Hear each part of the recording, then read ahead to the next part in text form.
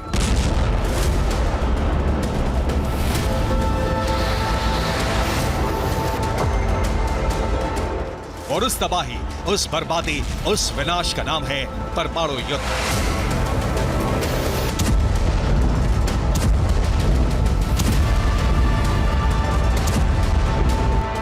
जिसमें दो नए किरदार हैं, ईरान और इजरायल। दोनों का टकराव इस हद तक बढ़ चुका है कि दोनों ही देश एक दूसरे के न्यूक्लियर सेंटर पर हमला करने के लिए आमादा हैं।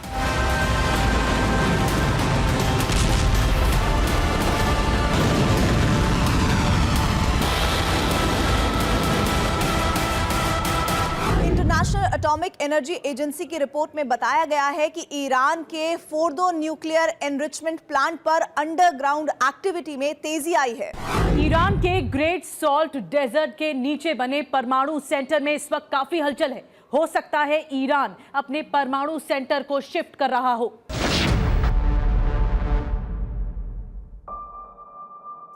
फोर्दो प्लांट की सैटेलाइट इमेज भी सामने आई है, जिसमें IAEA ने दावा किया है कि वहां हालात 2015 से बदल गए हैं। 2015 वही साल है जब अमेरिकी सरकार ने ईरान पर पूर्ण प्रतिबंध लगाया था।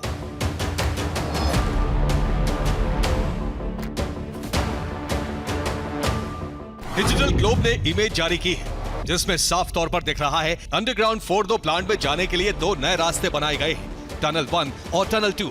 ये दोनों सुरंगें समानांतर फोर्दो की सीक्रेट लैब में खुलती हैं। इसी सीक्रेट लैब में एटम बम पर रिसर्च चल रही है, बल्कि कहा यह भी जा रहा है कि यहीं पर ईरान ने परमाणु बम बनाया है। अभी भी जमीन के कई फीट नीचे दिन रात काम चल रहा है। इसके अलावा फोर्दो में बाहर एक फैसिलिटी सेंटर बनाया गया है, जहां साइंटिस्ट, रिसर्चर, मेडिकल स्टाफ और मजदूरों के रुकने की व्यवस्था है। साथ ही वहां इक्विपमेंट्स भी रखे जाते हैं। एटमी एजेंसी को पक्का भरोसा हो चला है कि ईरान एटम बम बना चुका है, क्योंकि बार बार IAEA के सदस्यों को एटमी साइट पर जाने से ईरान रोकता रहा है। अमेरिका की बातों में दम इसलिए भी लगता है क्योंकि अमेरिका के प्रतिबंध के बावजूद ईरान ने अपने न्यूक्लियर प्रोग्राम बंद नहीं किए। और प्रतिबंध लगे हुए 9 साल से ज्यादा वक्त हो गया। अमेरिका में ओबामा से लेकर ट्रंप और अब बाइडेन की सरकार आ गई, लेकिन ईरान के रुख में बदलाव नहीं आया।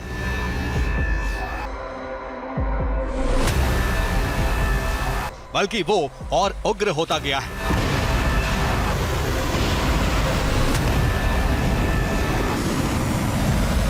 जबकि अब ईरान गाजा में तबाही का बदला इजराइल से लेना चाहता है, इसलिए वो कभी भी हमला कर सकता है।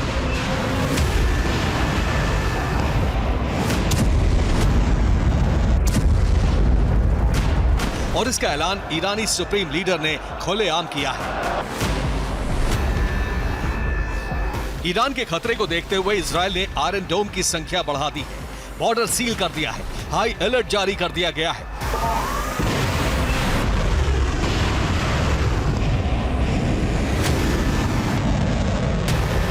खुद इजराइल के रक्षा मंत्री योव गैलेंट आयरन डोम टीम के पास पहुंचे, उनसे सुरक्षा के बारे में बात की।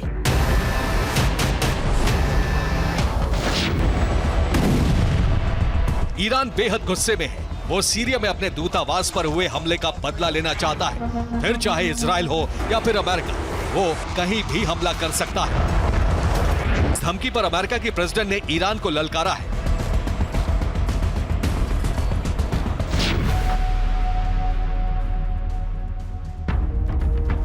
यानी अरब में एटमी युद्ध की बिसात बिछ चुकी है।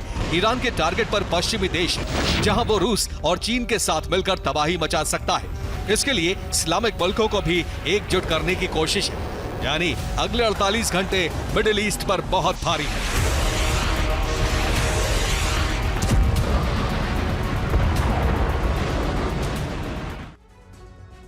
और IAEA यानी इंटरनेशनल एटॉमिक एनर्जी एजेंसी ने जानकारी दी है कि ईरान ने एटम बम बनाने के लिए पिछले 20 साल में बड़ी तैयारी की है, जिसमें पहाड़ों के नीचे अंडरग्राउंड सेंटर बनाकर इस पर काम किया जा रहा है। ईरान की 6 साइट पर अमेरिका नजर बनाए हुए है, जिसमें पहला नाम है फोर्डो न्यूक्लियर प्लांट का। दूसरे नंबर पर नतांज न्यूक्लियर प्लांट है, जहां यूरेनियम माइनिंग की जा रही है। इसके अलावा ईरान ने Isfahan nuclear fuel research centre बनाया, जहां न्यूक्लियर ईंधन पर निगरानी रखी जाती है, जबकि रुदान न्यूक्लियर रिसर्च सेंटर और बोनाब एटॉमिक रिसर्च सेंटर का इस्तेमाल परमाणु हथियारों पर रिसर्च के लिए किया जा रहा है। इस पूरे परमाणु कार्यक्रम पर शरीफ यूनिवर्सिटी ऑफ टेक्नोलॉजी निगरानी रख रही है और यह काम बेहद गुपचुप तरीके से हो रहा है। पहाड़ों के नीचे होने से साइट पर क्या हो रहा है, इसे अमेरिका के सैटेलाइट भी पकड़ पाने में नाकाम साबित हो रहे हैं।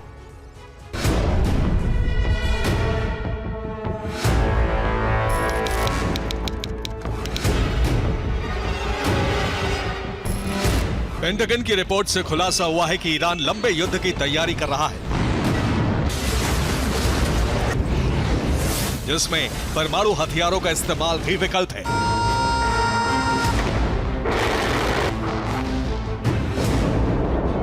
उधर अमेरिका और इजराइल ने पलटवार की तैयारी की है, लेकिन उससे पहले अपने सैन्य ठिकानों की सुरक्षा बढ़ा दी है। इजराइल ने डिफेंस सिस्टम लगा दिए हैं। उधर अमेरिका ने सैन्य ठिकानों को कम करके सैनिकों को कुछ सैन्य ठिकानों पर डिप्लॉय कर दिया है।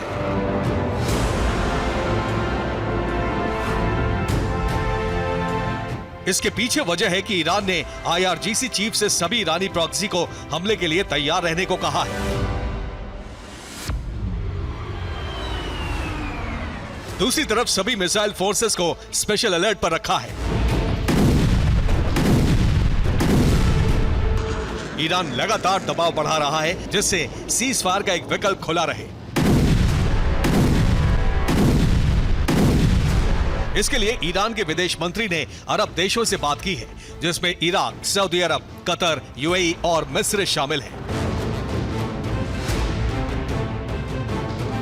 ईरान की सरकारी न्यूज एजेंसी इरना के मुताबिक ईरान को इस बात की भनक है कि अगर उसने हमला किया तो इजराइल पलटवार में ड्रोन और मिसाइल अटैक कर सकता है, इसलिए तेहरान का एयर स्पेस बंद कर दिया गया है। लुफ्थांसा ने भी ईरान की फ्लाइट कैंसिल कर दी है। दुनिया भर के देश मिडिल ईस्ट के घटनाक्रम पर नजर बनाए हुए हैं, जिससे जरूरत पड़ने पर ईरान और इजराइल के लिए फ्लाइट रोकी जा सके।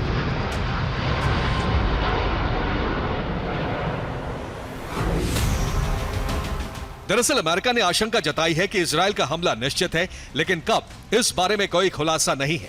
इसीलिए इजराइल ईरान के हमले से पहले ही प्रीएम्प्टिव स्ट्राइक कर सकता है। इसलिए तेहरान में एयर डिफेंस सिस्टम अलर्ट पर है।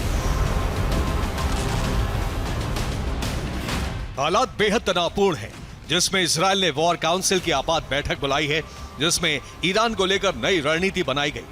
दूसरी तरफ यूएस सेंट्रल कमांड ने अरब में अपनी सभी फोर्सेस को अलर्ट पर रखा है।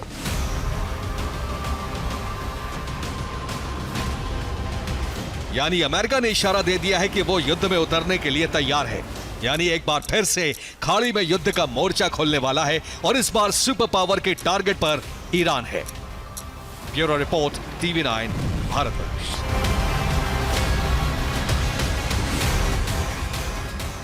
और वक्त बीतता गया, यूक्रेन का इंतजार लंबा होता गया और अमेरिका में यूक्रेन को लेकर फैसले अटके रहे। अब वही हुआ जिसकी आशंका थी।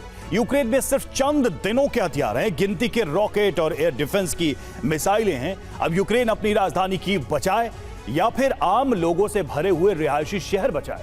ज़ेलेंस्की की सेना ने मोर्चा नहीं छोड़ा है, लेकिन बगैर हथियार सेना मजबूर है सिर्फ अपनी मौजूदगी दर्ज कराने और रूसी सेना को डराने के लिए गोलीबारी की जा रही है। अमेरिकी जनरल्स का दावा है कि कुछ हफ्तों बाद यूक्रेन पलटवार करने में पूरी तरह से नाकाम होगा।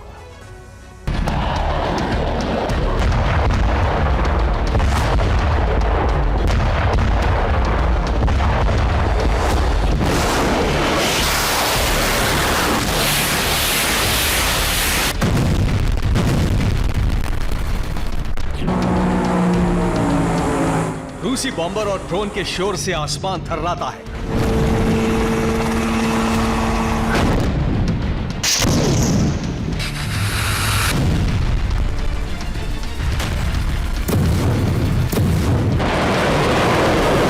रडार से अलर्ट भी मिलता है, लेकिन पैट्रियट एयर डिफेंस खामोश रहता है क्योंकि यूक्रेन लाचार है।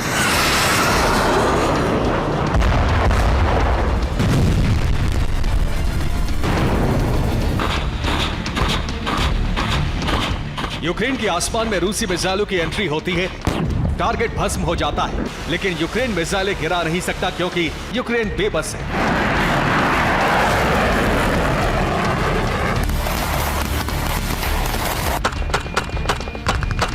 जमीन पर ताबड़तोड़ गोलाबारी जारी है। रूसी टैंक आग की बरसात कर रहे हैं।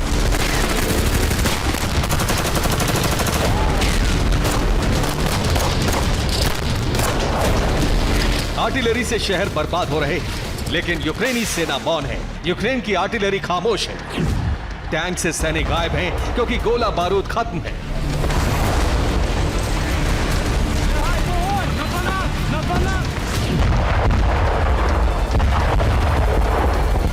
अप्रैल के 10 दिन पूरे होने के बाद यूक्रेन में वैसे ही हालात हैं जिसकी भविष्यवाणी ज़ेलेंस्की ने बहुत पहले कर दी थी।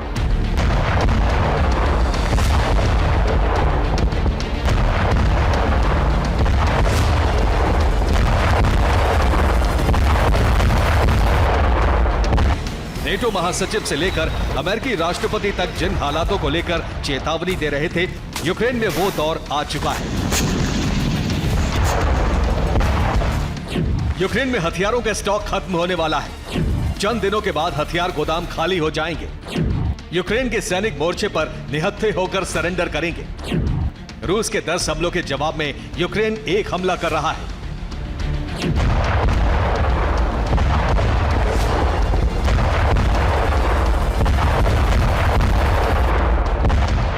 अमेरिकी टॉप जनरल्स भी यूक्रेन के हालात पर चिंता जता रहे हैं।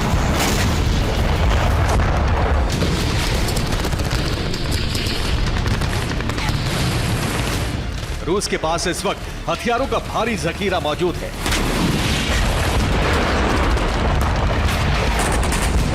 जब यूक्रेन को नेटो देशों से कोई मदद नहीं मिल रही है, यूक्रेनी मीडिया के रिपोर्ट के मुताबिक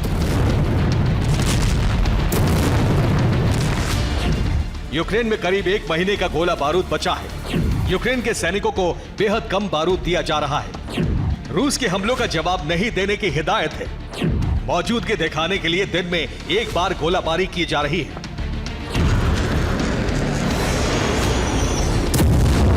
यूक्रेन के राष्ट्रपति ने इसे आपात स्थिति बताया है और जल्द से जल्द एयर डिफेंस और गोला बारूद देने की मांग की है।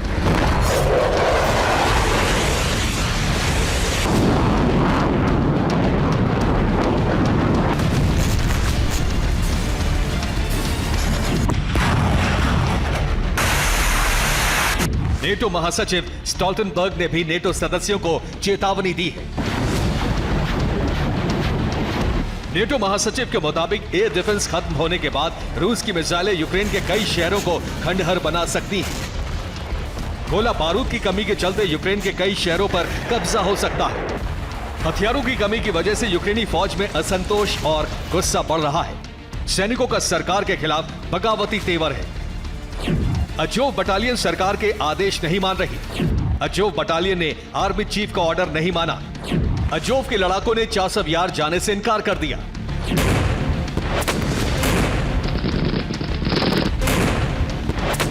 यूक्रेनी सेना चासव यार से पीछे हट चुकी है और रूसी सेना का अधिकतर इलाकों पर कब्जा है। ऐसे में हथियारों की कमी के चलते अजोव बटालियन ने चासव यार में जाने से इनकार कर दिया है। अजोव बटालियन के कमांडर्स हथियारों की मांग पूरी न होने की वजह से नाराज हैं और अपने सैनिकों को मौत के मुंह में जाने देना नहीं चाहते।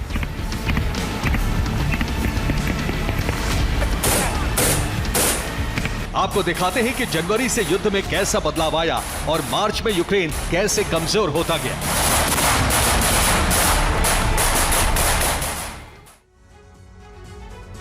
और यूक्रेन में हथियार खत्म हो चुके हैं और रूस ताबड़तोड़ प्रहार कर रहा है। राष्ट्रपति ज़ेलेंस्की के मुताबिक मार्च में रूस ने यूक्रेन पर 400 मिसाइलों से हमला किया। यूक्रेन पर 30 दिनों में 600 ड्रोन हमले हुए हैं, यानी हर दिन 20 ड्रोन का हमला। इसके अलावा रूसी वायुसेना ने 3000 गाइडेड बम से यूक्रेन को दहला दिया है। रूस के ताबड़तोड़ हमले से बचने के लिए यूक्रेन को पैट्रियट एयर डिफेंस की जरूरत है। यूक्रेन ने नाटो से 7 पैट्रियट की मांग की है, जबकि पूरे यूक्रेन की सुरक्षा के लिए 25 पैट्रियट की जरूरत है। जनवरी से मार्च तक यूक्रेन पर भीषण हमले हुए। इस दौरान रूस ने गाइडेड बम के साथ फास्फोरस बम और केमिकल हथियारों का भी इस्तेमाल किया। हालांकि जनवरी से मार्च तक यूक्रेन भी कई बड़े हमले कर चुका है। इन्हीं 3 महीनों में रूस के 5 युद्धपोत डुबा दिए गए। मरीन ड्रोन के हमले में रूस की 3 लैंडिंग शिप को तबाह कर दिया गया। यूक्रेनी हमले में रूस को एक पनडुब्बी भी गंवानी पड़ी है। इसके अलावा रूस के 14 एयरक्राफ्ट को भी भस्म कर दिया गया। रूस ने सुखोई 34 जैसे फाइटर जेट को गंवाया। सुखोई 35 फाइटर जेट को यूक्रेन ने गिरा दिया। यूक्रेन के हमले में रूस का A-50 रडार एयरक्राफ्ट भी तबाह हो गया। अब यूक्रेन में हथियार खत्म होने के बाद रूस कई इलाकों पर कब्जा कर चुका है या कर सकता है। इसमें अवदीवका, खार्किव, सूमी, डोनेस्क और चासव यार इलाके हैं जिन पर रूसी सेना की पकड़ बेहद मजबूत हो चुकी है। यूक्रेन ने नेटो को अकेला नहीं छोड़ा है। इस वक्त कई देशों से यूक्रेन को हथियार देने की प्रक्रिया जारी है, लेकिन अहम है हथियार यूक्रेन पहुंचने का वक्त। यूक्रेन के पास फिलहाल ड्रोन की ताकत है, जिसके दम पर यूक्रेन रूस की रिफाइनरी पर हमला कर रहा है। लेकिन अपने शहरों को बचाने और रूस पर पलटवार के लिए यूक्रेन को सैनिक और गोला बारूद की जरूरत है। यूक्रेन को रूस की मिसाइलों से बचाने के लिए एयर डिफेंस सिस्टम और खाली एयर डिफेंस के लिए मिसाइलों की जरूरत है। लेकिन अमेरिका से हथियारों की सप्लाई इजराइल को हो रही है। अमेरिकी सरकार में इजराइल की अहमियत बढ़ गई है। ईरान की धमकी के बाद इजराइल में हथियारों की सप्लाई हो रही है। गाजा में ऑपरेशन के लिए अमेरिका ने कई हथियार दिए हैं। अमेरिका लाल सागर में हूती के हमलों में भी उलझ गया है। दूसरी तरफ नॉर्थ कोरिया से रूस को हथियारों की भारी सप्लाई की गई है। रूस को नॉर्थ कोरिया से बैलिस्टिक मिसाइलों की सप्लाई की गई है, जिसकी वजह से रूसी हमलों ने नई रफ्तार हासिल कर ली है। रिपोर्ट के मुताबिक नॉर्थ कोरिया से रूस को गाइडेड मिसाइलों की सप्लाई की गई। रूस को अब तक 10,000 कंटेनर हथियार भेजे जा चुके हैं। रूस हथियारों के बदले नॉर्थ कोरिया को तेल की सप्लाई कर रहा है। यूक्रेन का दावा है कि रूसी हमलों के बाद नॉर्थ कोरिया के मिसाइलों के मलबे कई शहरों से मिले हैं।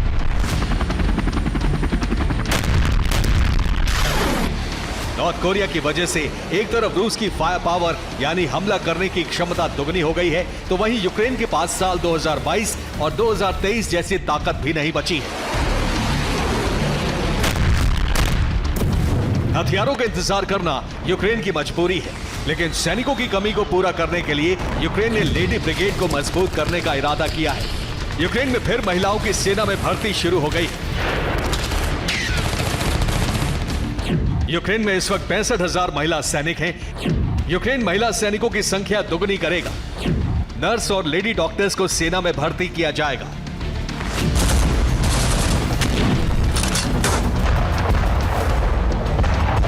रूस से नेटो को मिली लगातार धमकियों के बाद ब्रिटेन और तमाम देश रूस से डायरेक्ट लड़ाई की तैयारी में भी जुट गए हैं। ऐसे में नेटो देश अपने हथियारों का स्टॉक यूक्रेन भेजने के लिए तैयार नहीं है। खास बात, दुनिया में कई मोर्चे पर बढ़ता तनाव भी है। ताइवान, साउथ कोरिया, इजराइल जैसे देशों को लेकर अमेरिका अलग रणनीति पर काम कर रहा है। ऐसे में यूरोपीय देश जो हमेशा से अपनी सुरक्षा के लिए अमेरिका पर निर्भर हैं, वो रूस से मुकाबले की तैयारी में है और यूक्रेन को हथियारों की सप्लाई में देरी हो रही है। Bureau report, TV9, Bharatvarsh.